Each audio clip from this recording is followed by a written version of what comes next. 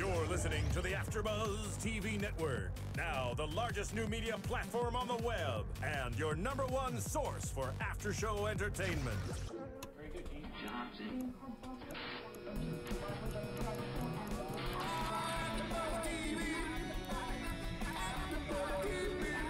From the AFTERBUZZ Studios in Los Angeles, California. Presented by Maria Menounos and Bing.com and streaming live thanks to Akamai Technologies. This is AFTERBUZZ TV's Arrow After Show. We'll break down tonight's episode and get you all the latest news and gossip. And now, another post-game wrap-up show for your favorite TV show. It's AFTERBUZZ TV's Arrow After Show.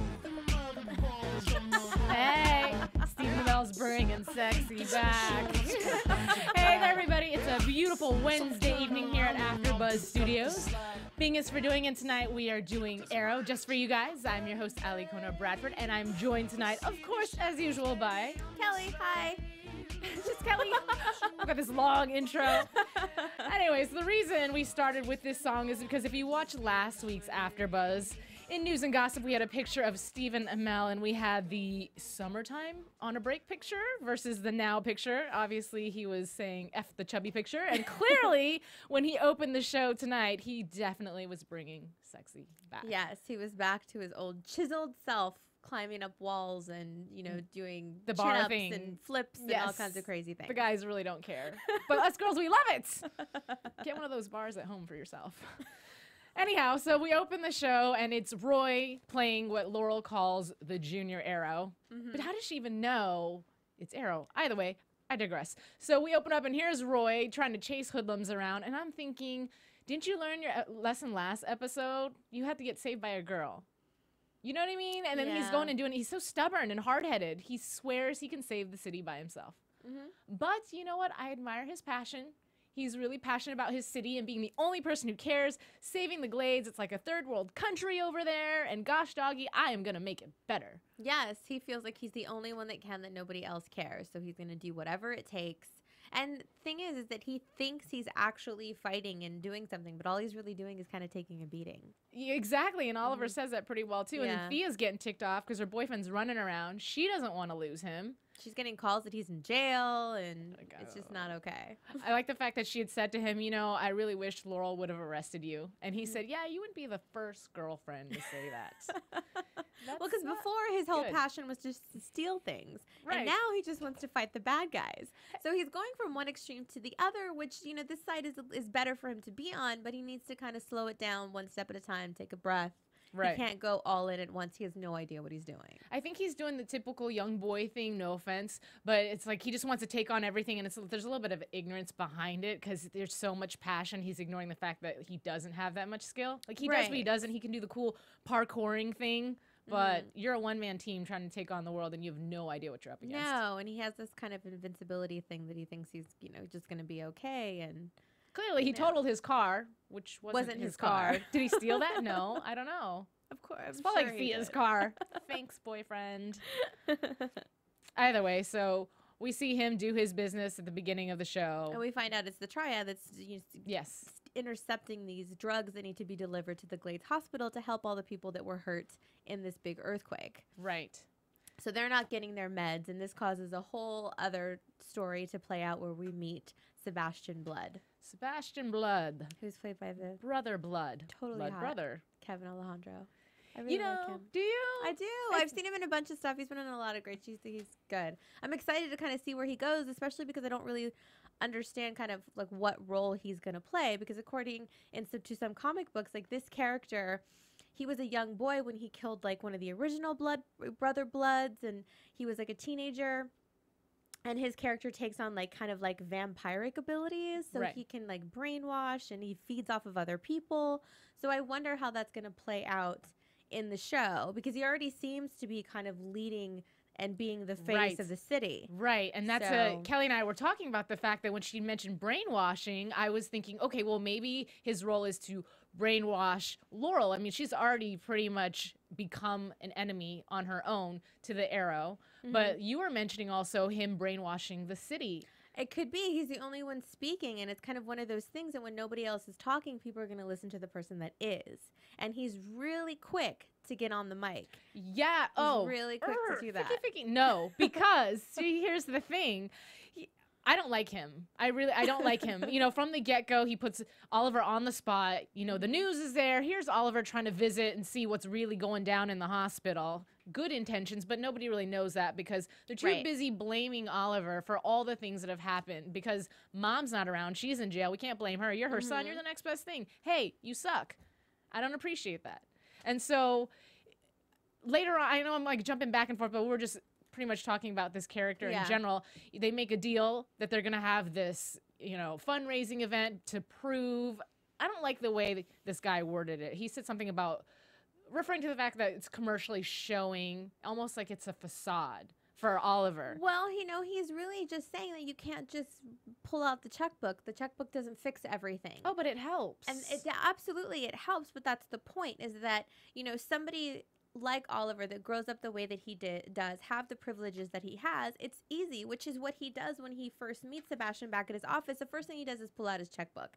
And that's what people in his position normally do. Right. It's easy to write a check and throw parties and whatever, but what is he really doing to make a difference? And that's what Sebastian's calling him out on. Right. And see, and we know, watching from the other side, we know he's actually doing things, but everybody else doesn't. So that's what he's feeding off of. Yeah. Is that he can say, yeah, you can write me a check, but what are you really going to do? And that's the challenge that he gives him. Right. And so Oliver stands up and is like, okay, yes, let's do this together. They decide he's going to be the face. He's going to show that he's going to make a difference, make a change. Right. And of course, that doesn't happen because he has to go and save the city. Save the city instead, as his which alter nobody ego. knows. But there's so much irony behind it, and I love the way the director and the cinematographer chose to do this because as Sebastian is giving his speech and all these qualities that he's saying that Oliver is, he's doing the opposite by putting on the hood, getting ready, going out, fighting the battle that nobody sees him fight. I'm like, ugh. Yep. As a viewer, it makes me angry, but at the same time, I think it's absolutely genius. Well, he's got to have that secret identity that gets no love whatsoever right now. Right. Yeah. I don't know how long that's going to last. And you know what? It takes a good man to sit there and accept that, which I feel like it angers him, but at the same time, he accepts that. He accepts the fact that he is not going to be seen as a hero. As China White said, you're still seen as a criminal no matter what you do. Even though you've changed, and I can tell because you would have killed me if you hadn't, you're still a criminal. And he's like, as long as the city is going to be saved. Yeah, and it's a whole different thing, and we see the beginning of the struggle. He doesn't even know where to go. He doesn't know what to do to start, and he actually gets tipped off from Roy, you know, because Roy's getting into trouble, and he starts bad-mouthing the way that nobody's doing anything, and that's how he finds out about this, you know, these drugs being intercepted in the first place. Because before he says, you know, I had the list before, I knew what I was doing, it was easy, I just open a book, cross off names, and I go to the next. Now I have he doesn't know how to be a hero. How does he look for people to save? What does he do? Right. You know, he should be the one listening to the police scanners and finding out what's going on. Instead of Roy, but that's not really what he's used to. I mean, yeah, he has Felicity, and they've always been researching and finding out kind of what's going on, but for a particular purpose, for a name on that list. Right. So this is different. Right. So now we get to see him in a kind of a more vulnerable place. Okay, so I got a tweet. And if you are listening to me, because you just said that you are, and any Twitter followers, if you don't know, I'm at Kiss My Passport. You can always tweet at Kelly. Leave him your... Oh, it's Kelly with an IE079. And you can tweet us at AFTERBUZZ as well. But you can do that right now if you like. I mean, we're going to continue to converse, but if there's something specific that maybe you want to ask us, you want us to discuss, please, by all means, feel free to tweet us. We'll try to kind of bounce back and forth and fit you into the conversation. So let me open my Twitter right now. Pause. Okay, it's opening. And going back to our conversation, you mentioned Felicity. Now, Felicity, you guys all know that I am a huge Felicity fan, and her sarcasm, I love her. So anyways, she's now the office assistant and super ticked because, gosh, doggy, she went to MIT. She is smart. And she didn't go there for, what was it, secretarial arts? She went from being an IT tech to a secretary, and she's not happy about it. So angry. At all. But it's like, Felicity, you know it's a cover-up. Oliver made such a good point. I'm not going to go run down 18 floors just to talk to you about, you know, whatever needs to happen. Yeah, saving the city. If you're in my office, I can just, hey, Felicity, shout right on over. Absolutely. But everything is sarcastic. And would you like a coffee? It's broken.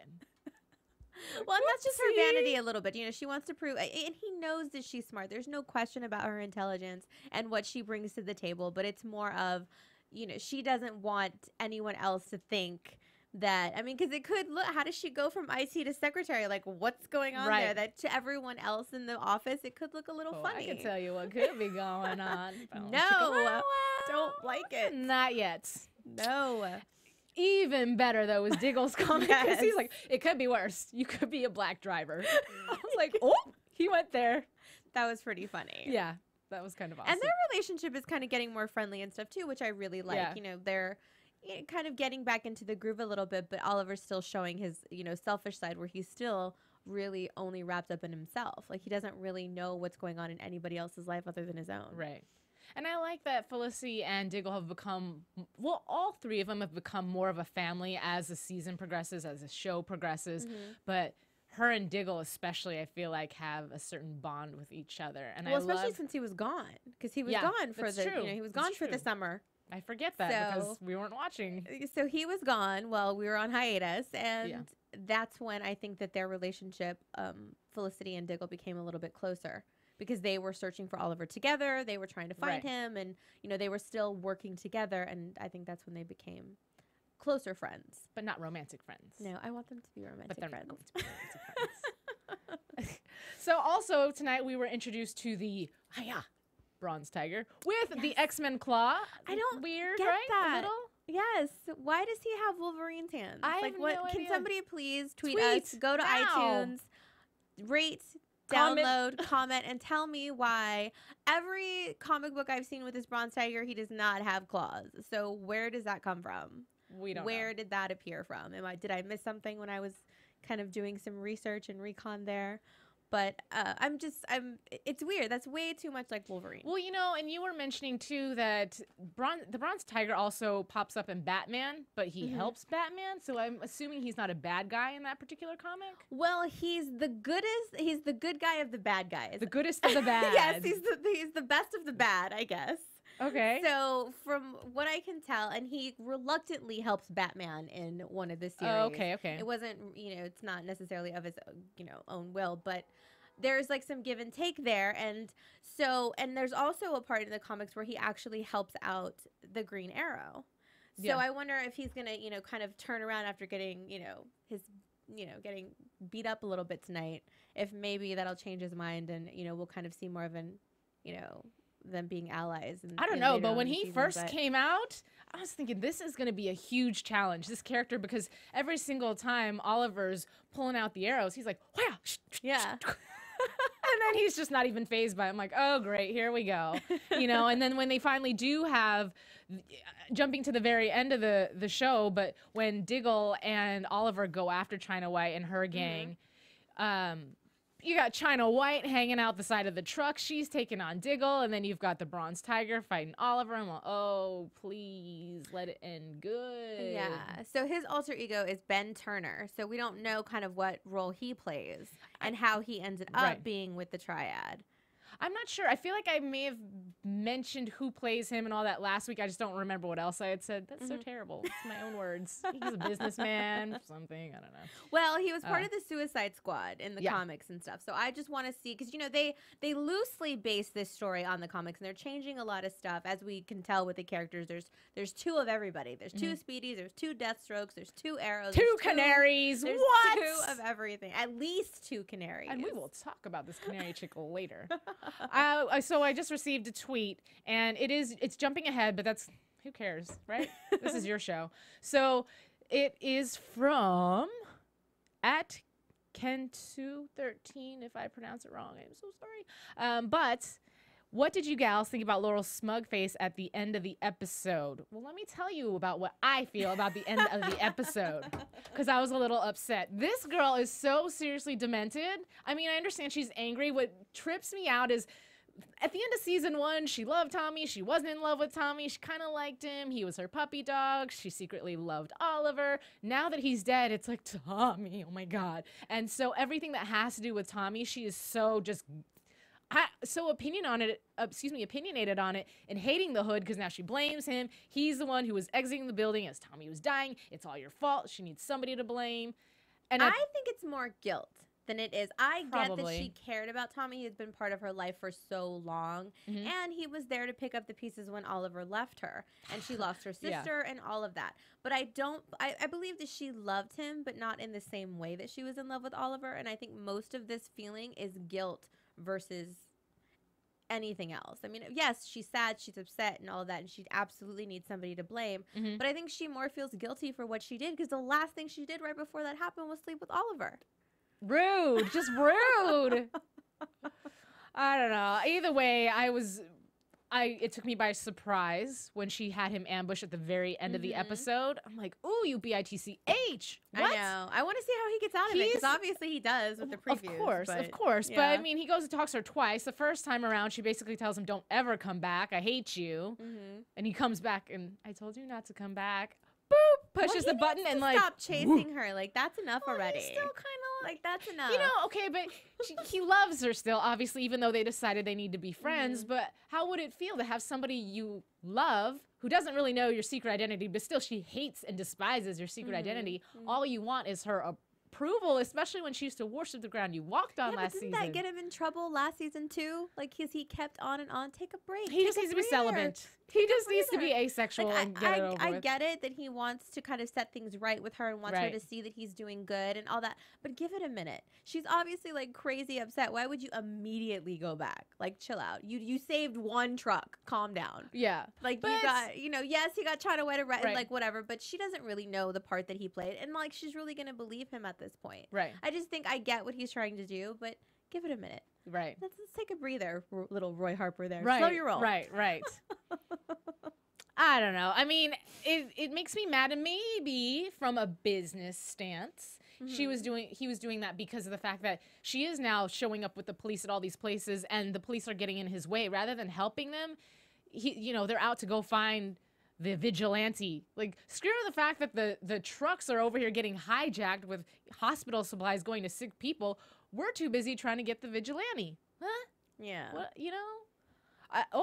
P.S. We got to find out China White's real name, by the way. I have it written down here because Lord knows I'm Asian and I still can't say it. Okay, Shen Nao Wei is China's real name.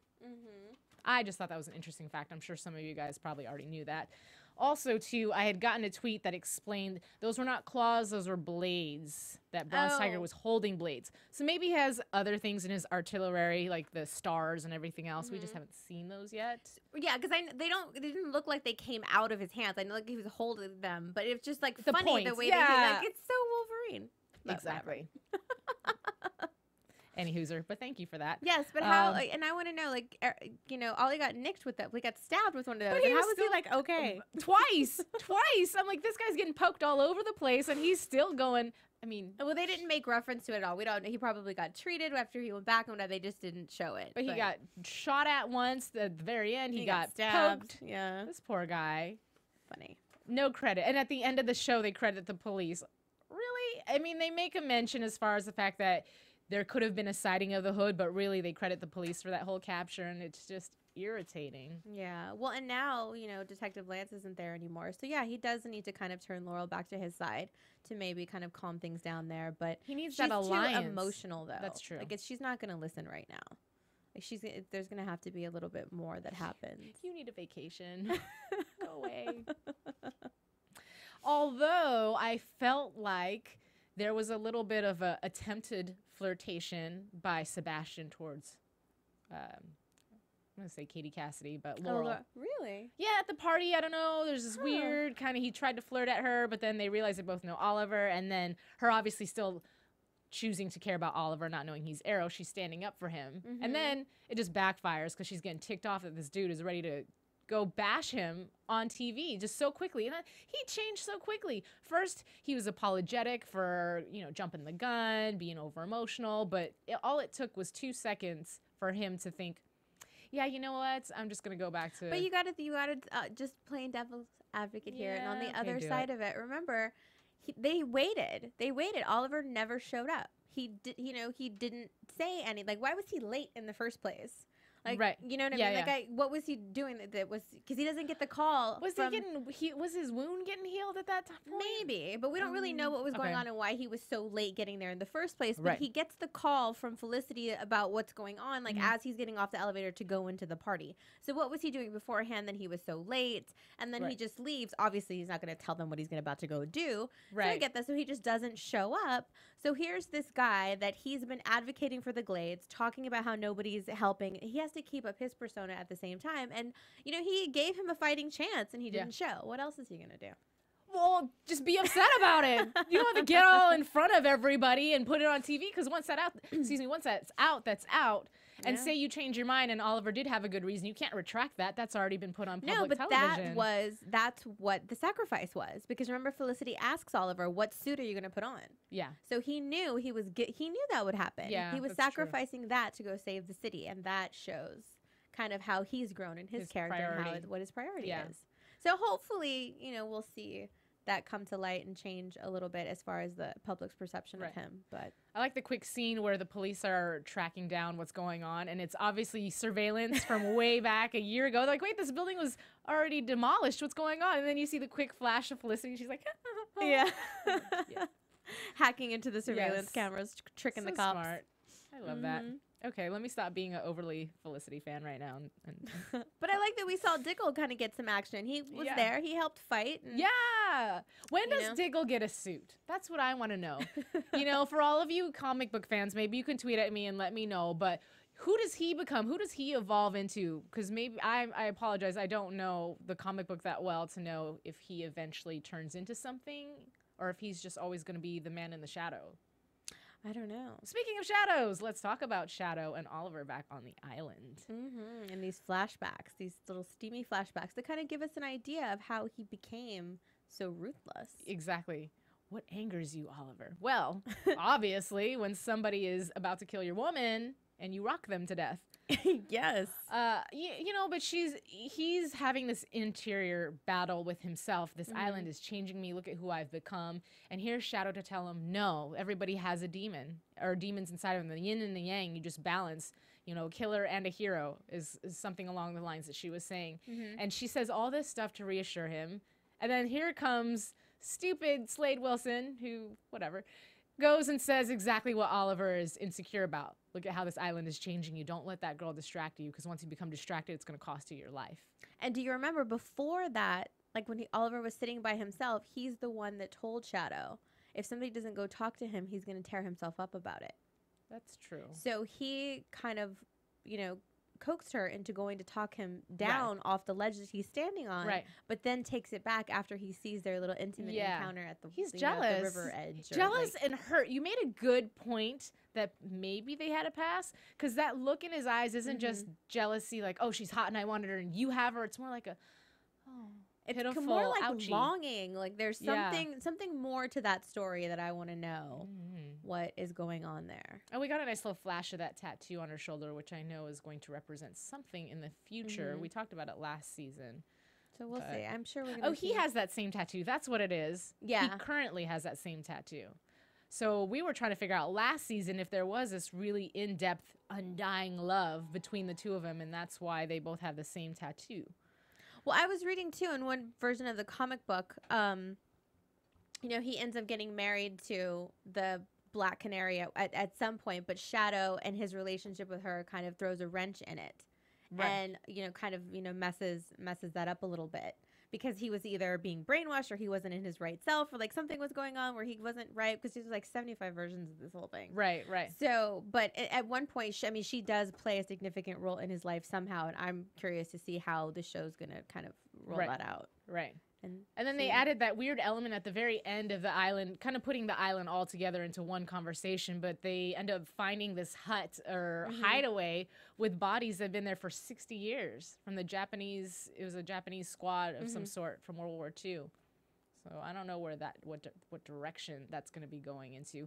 But going back to Slade and Shadow and the whole love triangle situation, maybe that's how the relationship between Oliver and Slade eventually dissipates. I don't know. Maybe. I don't know. Stupid girls. We're always getting in the way. But, okay, so I got some information via Twitter. Oh, so, fantastic. Yes. At Ryan, I am seriously going to destroy all these names. My bad. Okay. What, Allison? I'm so sorry. You're going to have to like call me or something. Okay, so he says that Diggle was an original character created for the series and later added to the comics after he became popular. So that means that we need to go online because there is a comic that goes alongside this particular show. So we need to go on the website. We need to read about it. Yeah, because he was named after the writer of the comic book of Arrow Year One. Like, that's what his character was named after, and I remember us talking about that before. Okay, but Ryan, can you tell me, does he get a costume? That's what I want to know. Well, maybe that's what we're going to find out. And I don't mean that in a superficial way. I think I just mean it more so I'm tired of seeing him always constantly be behind the scenes. Well, he was wearing a mask tonight. Yeah, like a ninja. But besides that, I'm just saying as eventually becoming part of a hero squad, I want to know if he's going to have his own identity and not just be the assistant that nobody knows about. Maybe. Well, however it plays out, if we see more of this Bronze Tiger, you know, he's a martial artist and he, like, you know, is really like talented in that point in that field and actually like has like a tiger dojo and all this. So maybe they do become ninjas. That would be kind of awesome.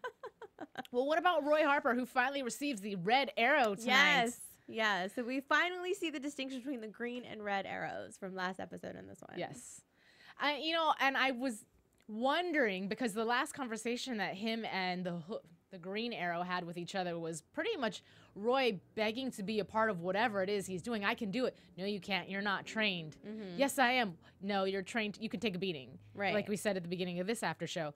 And the only way you can help is just, I think it's a little bit of a psychological trickery on... To keep him safe. Yeah, keep him safe. You can be my eyes and ears. Well, I mean, and he does need it. Yeah. You know, he does need somebody that's in the middle of the glades, knows what's going on. Because, again, that's how we got the first tip on how to save the hospital. Right. So he does need that. And that is a legitimate thing that is needed. So he will be, you know, a good part of the team. But I'm glad the writers took it in that direction. Because I feel like if he were to become the Red Arrow now, that would have been way too easy. Yeah, absolutely. So I'm glad that it's something that's going to become gradual. That's just my... Yeah. And so his way of communicating is to stick that red arrow in the wall. In the alley. I thought you were going to say something else. I was like, stick it where? In the alleyway. So he knows. Is that what it's called now? The alleyway. Okay. Okay.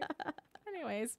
Okay, so I feel like we've wrapped up for the most part. I mean, there was a lot that happened this episode, but I feel like it's time to get into some news just because we have information on people that are coming up. We want to talk about the Canary. I feel like that fits into our news-ish genre, so let's have it. AfterBuzz TV News.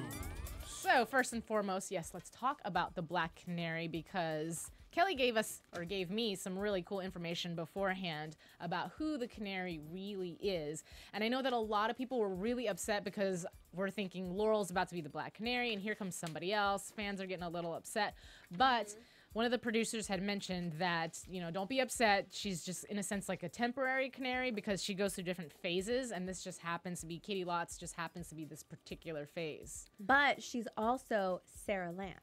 What? Yes, which I was reading some comments from people that were saying that, you know, they're going to be really upset if they find out that it is Sarah because how did she survive? What happened? She got sucked out of that boat. Where did she go that nobody saw her? And now all of a sudden because wasn't she brunette in the beginning? And it's a different actress. It's not the same actress that played Sarah on the boat from the pilot. Right. So, but she wasn't blonde, I don't believe. I think she was a brunette. See, and in my mind, I thought she was auburn. I don't know. That's me probably making... Gotta go back and watch. Yeah, but she definitely was not a blonde. So now she's... well, I mean, obviously she's, you know, a character now, so she's got a whole different look. But I don't... Like, I wonder how that's going to transition over if Laurel is eventually going to become... Because in the comics, it starts out as their mother, and then it just gets passed down. Somebody usually has to die in order for someone else to take somebody else's title, so I don't So maybe then we've really lose Sarah at some point? I mean, there's a slight spoiler. Sorry, you can cover your ears. That the deaths aren't over. There is going to be another death within the characters, according to Mark Guggenheim. So it could be her. It could be somebody else. Kind of curious to see how that goes. Well, again, with their double character, I mean, they have two of everything. So two you know, just kind of goes with it. Okay, I'll stop there. Okay. Also, I have a couple of other spoilers. So again, it's not going to give away the entire show, but if you don't want to hear it, just la la la la la. Spoiler alert. Just for now, but don't turn us Spoiler off alert. because we still have news. Spoiler alert. Okay, so we knew that Count Vertigo was going to be returning. Last time we saw him, he was a little cuckoo. But he is going to be returning. And according to Colton Haynes, Vertigo comes back into the storyline this season, and that could set up a possible appearance from somebody from Roy's past. So that is also, he's talking about another character too named Sin, which is going to be played by Bex Taylor Claus. Hopefully I said her name correctly. Other things. Oh, the Dark Archer is going to be coming back. Ha! Right. I knew it. However, we don't know how, when, or why. We don't know. Mark Guggenheim said that he's not going to spoil too much, but it could be something along the lines of flashbacks, or possibly maybe he is alive. Yeah, I guess. Yeah, we'll So the find Dark Archer may not be gone yet. Also, Barry Allen / Flash, which will be played by Grant Gustin, might bring some trouble to Olicity Town. I am not happy about that. Real unhappy. Yes, Felicity, get a crush on someone else. So, according to Colton Haynes, he says, I know his chemistry with Emily is electric. Ha, Flash, electric. Okay, anyways, Olicity shippers are going to be in for a little rude awakening this season. I don't know if they're going to get what they want. That was targeted towards me. Yes, I it feel like that was was. a direct blow, and I don't appreciate I it. do not want to see that Olicity stuff happen just yet. Right. And my last spoiler is that Isabel, which we saw in the first episode, has some sort of surprising connection to the Queen family. We don't know what that is. So, those are those type of news. Oh, but I also have some really cool stuff. I had some pictures that I pulled up that I wanted to show you guys. So let's see which one our engineer pulls up first, and I can give you my info or just opinion on I've got that. the couple up right now. Okay, so this is Oliver and Felicity, but as themselves, not necessarily as Olicity. But I just thought they were so cute together. I was like, see, they do have chemistry. I mean, I know that Steven is very happy with his wife and baby and all that good stuff, but this is what it could look like on the show, guys. It's undeniable. You don't think he's going to have something going on with Sarah again? Oh, God, I hope not. That would be 2 mistakes too much. Yes. Anyways, I absolutely do not want to see that. no. Next picture up, please, sir. And this picture is... Catherine Cassidy. This, I told you guys I would give you a picture of see, here's the thing, but Katie, this is her in high That's school. a great smile. Is That's it? a great Is smile. it? Okay, so this is her in high school. I thought it was a really cool, unique find. I just randomly image searched that one. It's not a sexy picture, but still cool. That's funny. And then my last, I do believe I have one more picture, and this is actually of the Canary. Since we were talking about her so much, we get to see Katie Lotz in her costume, which she has a mask. P.S. No crazy eyeshadow. She gets a cool mask. Oliver, I need you to get up to date.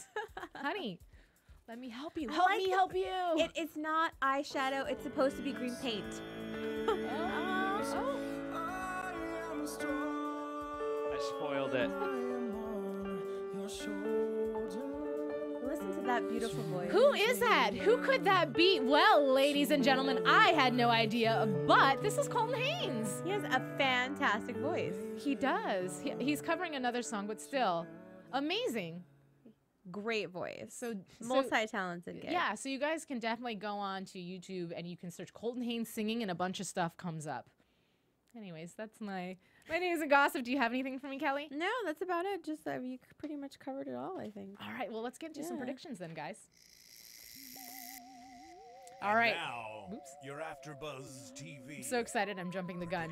So you guys, if you have any predictions, feel free to tweet me now. I can share your predictions with everybody else. Give me your theories on what's going on. You know, it's hard for me to give predictions only because of the fact that I've just read all these spoilers. So I feel like I kind of know what's going to happen, but at the same time, I don't. I'm really angry to hear about all these non-Olicity things going on because I really thought it was going somewhere. But who knows? You know, maybe somebody will come in and ask her out on a date and she's going to get swooped off of her. Oh, you know what? A comment she made during the show, too. Something about, I like spending the night with you. Or Yes. what? She always seems to manage to say the wrong things in the wrong context. I but don't think it's the wrong thing. it's, I it's think what she's subconsciously really thinking is what's going on. Absolutely, and she needs to stop. You know Not rude, just rude.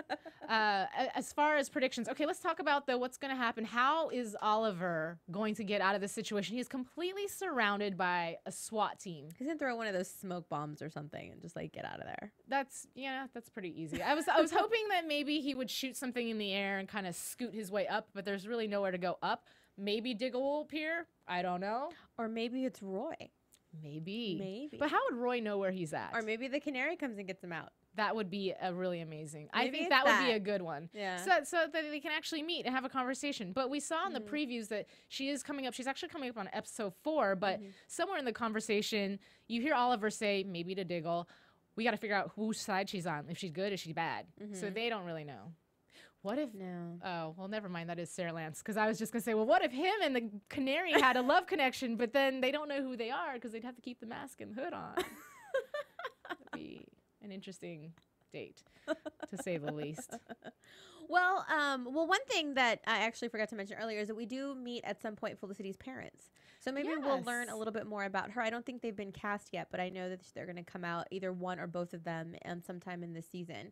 So maybe we'll learn a little bit more about her because we don't know very much about her and her past and what, makes her as quirky and I think that's just her. I think that's just her. And kind of, who's her family? How many people does she have close to her? And what does she have to lose in all of this? Because she's putting herself at risk just as much as everyone else is. So, we don't really know kind of who her connections are aside from, the team. I want to know if we're going to see Moira anymore. We got to see her a little bit during the first episode. And at the end of the first episode, I think she had said something. I don't remember if it was to Thea or to Oliver, but about kind of holding things together. So I don't know if somehow they're going to join forces with Moira in regards to keeping Queens consolidated together, because she's obviously the one that reached out to Walter to help pitch in that last percentage. So I think we're going to go more into that. And obviously Isabella's coming back, so we'll hear about what her tie is to the company. And maybe from there, Moira will help as far as maybe giving advice to Oliver. I'm not quite sure. I mean, we'll see. I mean, I'm wondering if we're going to have to see kind of the court stuff. Did she already go to trial? Is she awaiting that? Like, what is the deal with all that? How long is she in jail? Yeah. So I wonder if that's going to play out, if we'll get to see any of that, if they're going to go into it. Right. I would say, is Walter going to be hired as a CEO again? Is he done? Well, no, because Oliver's a CEO. So I wonder if they'll bring him in, because now he's, running the bank. So I don't think he'll need to come in that capacity. He's a partner. Right.